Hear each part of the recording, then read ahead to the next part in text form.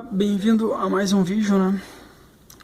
Nesse vídeo agora a gente vai falar sobre flexão composta, né? Que é uma flexão oblíqua mais uma carga axial.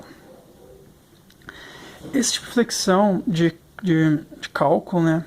Já entra nessa parte de mecânica dos sólidos, que a gente calcula as tensões causadas por esforços variáveis, né? Mas nesse caso aqui é uma flexão oblíqua e uma carga axial.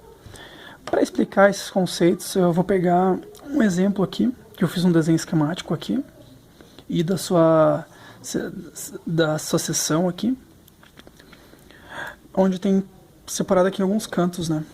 E o problema é, ele pede o seguinte, né? Fala, um pilar, né, retangular curto, suporta uma carga de compressão de P de 90 kN, conforme está ilustrado aqui a carga P. Mostra uma vista superior do pilar e o local na superfície do topo onde a carga P, né, exatamente o local, tem aqui ó, os dois locais onde a carga P é aplicada. Ele pede para determinar as tensões normais verticais nos cantos A, B, C e D. Esse problema aqui é um problema que inicialmente dá um pouquinho de trabalho, mas se a gente separar bem, a gente consegue resolver ele e pegar a lógica de resolução de outros parecidos bem facilmente. Inicialmente eu indico a calcular a propriedade da seção, né? Aqui eu já calculei no caso, a área, né? A área nesse caso vai ser o 100 multiplicado, né, pelo 150. Calcular a inércia em x, né, pela forma base, vezes a altura ao cubo dividido por 12. No caso do x, a altura vai ser esse 100 aqui e a base vai ser o 150. Só aplicar aqui nessa fórmula aqui e vai dar o valor da inércia em x. No caso, a unidade de milímetros na 4. Em y é basicamente inverter, né? Mas tá em y, mas no caso a gente vai usar aqui em z, no caso, né? Só corrigindo aqui. Em z é só fazer a mesma coisa até. Eu não sei como vocês calculam, usa lógica para calcular, tem gente que tem um pouquinho de... acaba se confundindo, a inércia em x ou em z, como a gente sabe quando é a base, quando é a altura, a gente precisa decorar isso aqui. A gente sabe que é base vezes a altura ao cubo dividido por 12, né? Mas quando muda, né? No caso em x, vocês podem ver, vocês podem olhar lateralmente, né? Que a base aqui vai ser 150, né? E a altura vai ser o 100. Agora em z, eu utilizo dessa maneira, né? Eu, no caso, viro, né?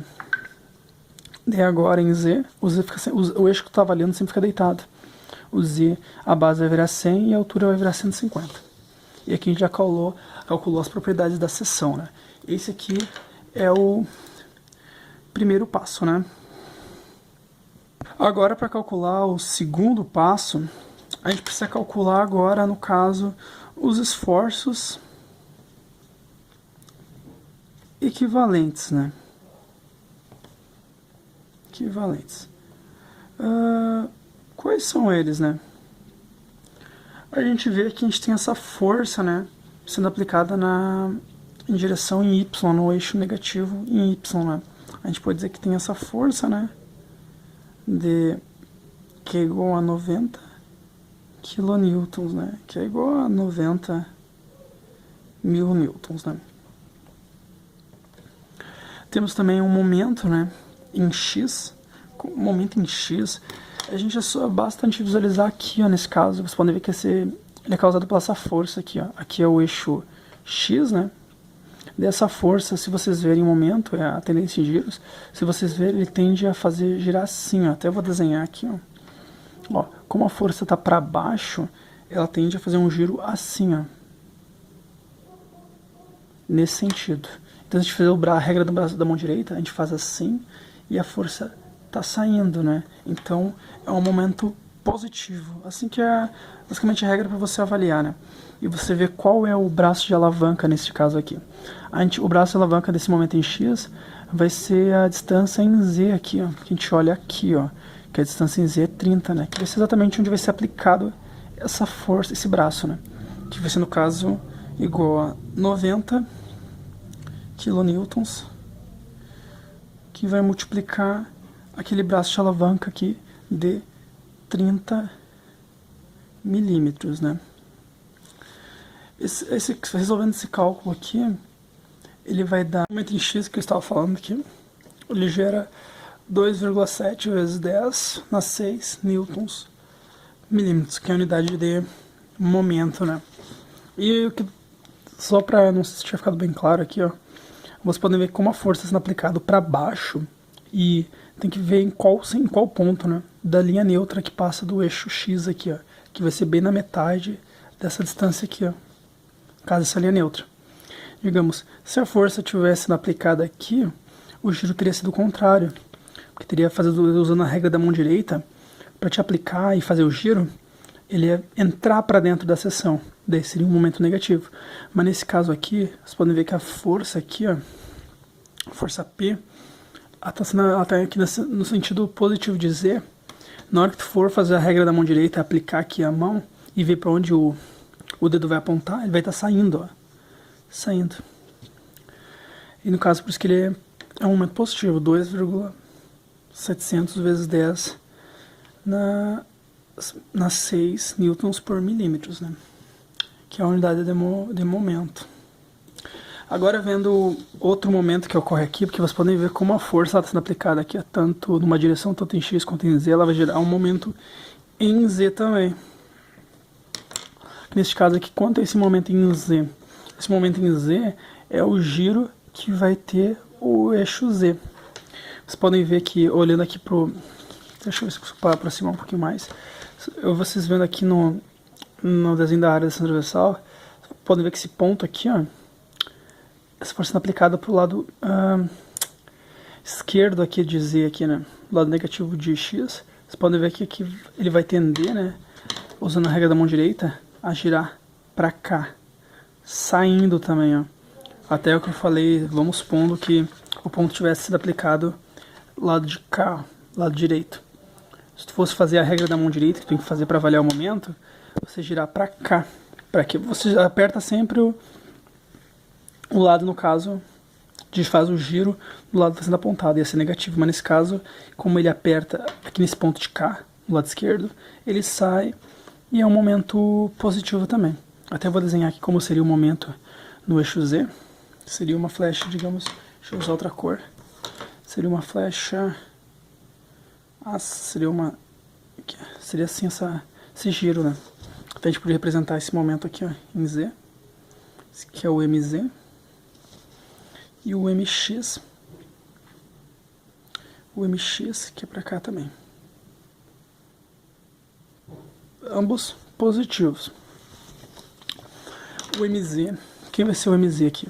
O MZ vai ser o mesmo, 90 kN aqui, multiplicado, só que agora a distância que ocorre o momento em Z é 50 milímetros aqui, certo? Que vai resultar 4,5 vezes 10 na 6 newtons por milímetros, né? Essa é outra parte, né? Ver os esforços. Agora a gente vê, agora a próxima fase é, partindo da parte 2, né?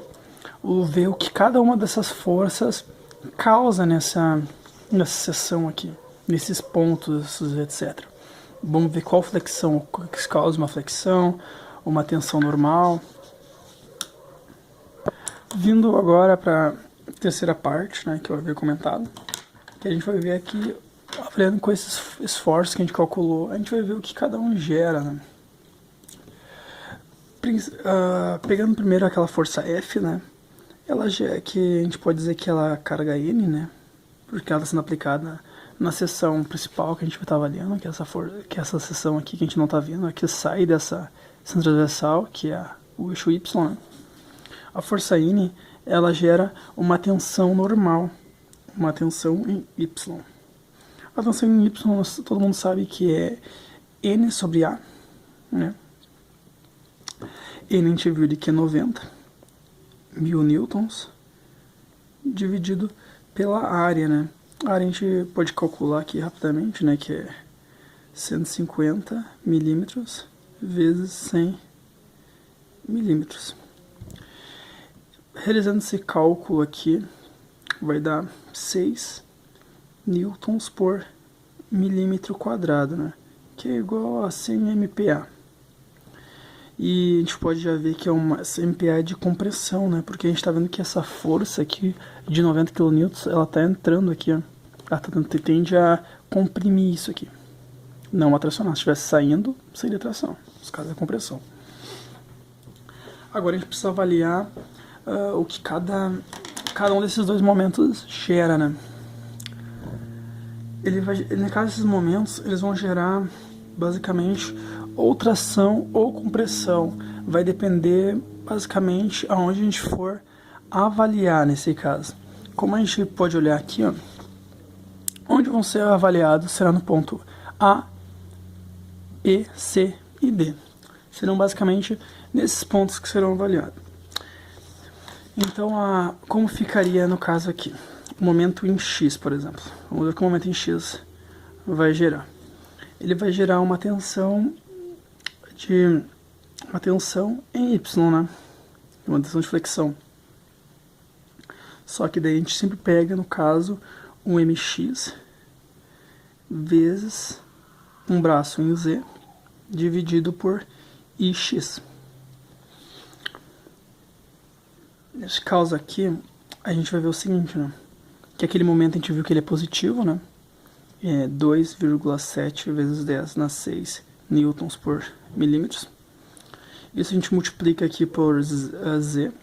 Z, no caso, aqui nesses pontos aqui, ó, pode ver que como aqui é 100, então partindo da linha neutra aqui vai ser 50 positivo ou 50 negativo. Então a gente podemos botar que ele se multiplica por mais ou menos 50. E agora a gente divide pela inércia em X que a gente calculou antes aqui, né? Que é 12,500 vezes 10 na 6 milímetros na 4.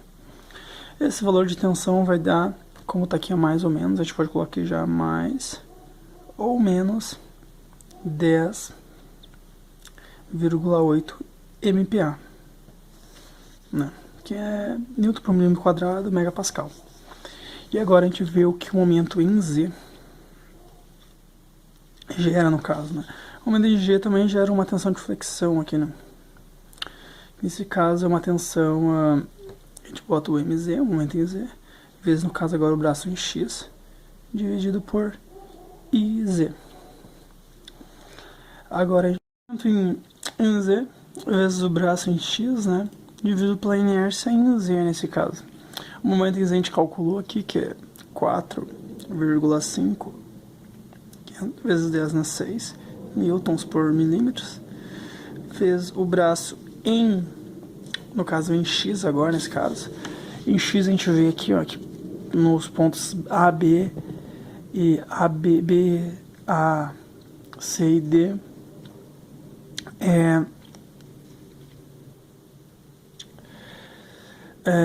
positivo, tem positivo ou negativo no caso. A gente pode ver que no caso vai ser vezes mais ou menos o braço aqui, que é 75 negativo no eixo X ou 75 positivo no eixo X. Preciso botar aqui 75 milímetros, né? Aqui eu não coloquei aqui, mas aqui a unidade é em milímetros também, tá? Dividido pela inércia em Z. A inércia em Z a gente calculou aqui, né? Que é 28,125 vezes 10 na 6 milímetros na 4. Calculando essa tensão em Y, né? Porque, olha, todas as tensões aqui, tem que ficar claro isso, todas as tensões que são geradas pelos momentos são tensões que estão sendo aplicadas, né, na área da seção transversal de Y, né, na que está saindo nesse caso aqui, ó. Tem X, Z e sai aqui o eixo em Y, né? Pode ver, essas flechas que eu desenhei, esses giros que eu desenhei, né, é para avaliar bem onde está caindo aqui no caso, ó. Tá entrando, no caso aqui, em Y, todos. Por isso que é tensão em Y. O resultado desse cálculo aqui vai dar mais ou menos 12 MPa. Agora indo para última parte aqui, eu já coloquei em azul aqui as tensões que a gente calculou, a primeira com o esforço normal de 6 MPa, a outra pelo momento em X, que gera uma tensão de mais ou menos 10,8 MPa, e a tensão em Y, gerada pelo momento em Z de 12 MPa. Vocês podem ver o seguinte aqui, ó. Eu fiz um desenho esquemático, né, para ver mais ou menos como essas forças vão influenciar em cada ponto, né. Neste caso aqui, da tensão do esforço normal, todas terão esses 6 MPa para baixo de compressão, né, todos. Isso em todos. Eu posso botar a compressão aqui porque todos terão esse esforço querendo comprimir eles. E essa força se distribui por toda essa área da seção transversal, Y. Já que essa pelo momento em X, vocês podem ver aqui que como é que eu sei que a flecha para cá é para baixo e para cá é para cima? Eu olho exatamente no caso do giro, né? Olha o giro em X aqui. O giro em X aqui, eu desenhei um giro aqui no caso, mas na verdade ele basicamente tenta girar assim, na verdade, se fosse fazer, é tudo isso, então ele está girando por toda a seção. Vocês podem ver que a flecha ela sai daqui e entra aqui, isso pelo momento X, né? Ou seja, para esse caso, como está saindo para esse lado de cá, da linha neutra para cá é tração, e da linha neutra para cá é compressão, ó. Todas essas áreas aqui sofrerão compressão e todas essas áreas aqui serão tração. Por isso que eu desenhei aqui. Eu não desenhei aqui o resto aqui o que acontece até aqui, porque de certa forma à medida que vai se aproximando da linha neutra, vai diminuindo. Ó. Não sei se esse desenho vai dar para explicar bem. Aqui está entrando e aqui está saindo. Por isso a gente sabe, por exemplo, que essa tensão aqui em C e D será de compressão e B em A será de tração. Essa aqui é causada pelo momento X. Isso aqui pelo esforço normal, F. E isso aqui pelo momento em Z. Essa do momento em Z, essa 12, mais ou menos 12 MPa, vocês podem ver ali no desenho da flecha aqui, que eu desenhei antes, que é o momento que acontece aqui no eixo Z, que gira, né, e tem de sair. Você pode ver que a flecha seria desenhada assim, ó. Ou seja, toda essa região aqui, ó, que é A, D, até a linha neutra aqui, seria tração, porque ela está saindo a flecha, ó. Tá saindo, no caso, esse giro aqui. E está entrando aqui todas essas áreas aqui de C e D. E vai ficar como está nesse desenho esquemático aqui, ó.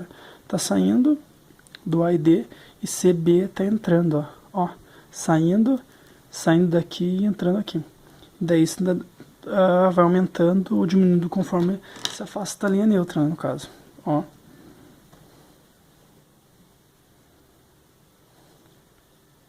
Assim a gente consegue visualizar essas tensões agindo, né? E como o problema ele pede as tensões do ponto A, B, C e D, agora você pode fazer uma pequena avaliação bem simples, né? Vamos, por exemplo, agora começar pelo o canto A, né? No canto A, a gente vai ter uma tensão em A, que vai ter os 6 MPa. Como é compressão, a gente pode botar o sinal negativo, que está para baixo. Mais o 10,8 MPa. Por que positivo mais? Depois já um desenho aqui, ó. Esse 10 MPa aqui no caso tende a sair, ó, por causa do giro, tá saindo já. E agora vai ter também o mais 12,00 MPa. Porque vocês podem olhar aqui no A, aqui, ó, o momento em Z, ele faz uma tensão que tende a sair de A. E o resultado disso vai ser 16,80 MPa de tração, ó, deu positivo. Então é tração. Agora a gente vai ver no ponto B. No ponto B, a gente vai ter uma tensão em B, né? Quem vai estar no B? O 6 MPa, que eu falei que tá em todos, né? Também vai estar positivo aqui, ó, o 10,8 MPa. Vocês podem ver aqui que o caso B aqui é do momento em X, ele está saindo também da barra. E agora, o momento em Z, vocês podem ver que nesse caso ele está negativo, ó, porque aqui no caso está entrando, ó, o giro, ó, essa flecha está entrando em B, por isso vai ser menos 12 MPa. Esse resultado aqui vai dar negativo, né? Vai dar menos 7,20 MPa de compressão. Agora em C, a gente vai ter uma tensão em C, né? O menos 6 MPa que eu falei que seria em todos. Nesse caso aqui é mais... Nesse caso aqui... No caso, perdão, aqui é menos 10,8 MPa. Uma compressão, porque você pode ver o ponto C, ó. Ponto C, o momento em X, ele gera uma compressão, uma flecha entrando. E também, agora no C, a gente vai ter mais uma compressão aqui, negativa, aqui, ó, de 12 MPa. Vocês podem olhar aqui, ó, esse desenho aqui, ó, que eu fiz o desenho do giro, ó. Você pode ver que está entrando em Y, no ponto C. Que todos afastando da linha neutra aqui, com essa tensão de flexão, vai tender a ser uma tensão de compressão. Por isso, negativo. O que vai resultar aqui no C, menos 28,8 MPa de compressão também. Agora em D, a gente vai ter a tensão em D, né? Que vai ter o mesmo menos 6 MPa de compressão. Vamos ter também o menos 10,8 MPa de compressão. Vocês podem ver aqui o D também aqui atende a entrar. O momento em X gera uma tensão de compressão em D. Só que agora o momento em Z ele gera uma tensão de tração, né? Uma tensão de tração em D aqui, de 12 MPa. Isso aqui vai gerar o resultado de menos 4,8 MPa de compressão. No caso aqui a gente já tem a resposta, né? Que é o que pediu o problema até. Se vocês quiserem até desenhar de uma forma esquemática para representar, a gente pode desenhar um quadrado aqui. Eu vou desenhar umas bolinhas aqui, que são os pontos, digamos. E daí aqui a gente vai ter no caso, vocês viram que o único positivo aqui vai ser o A, né?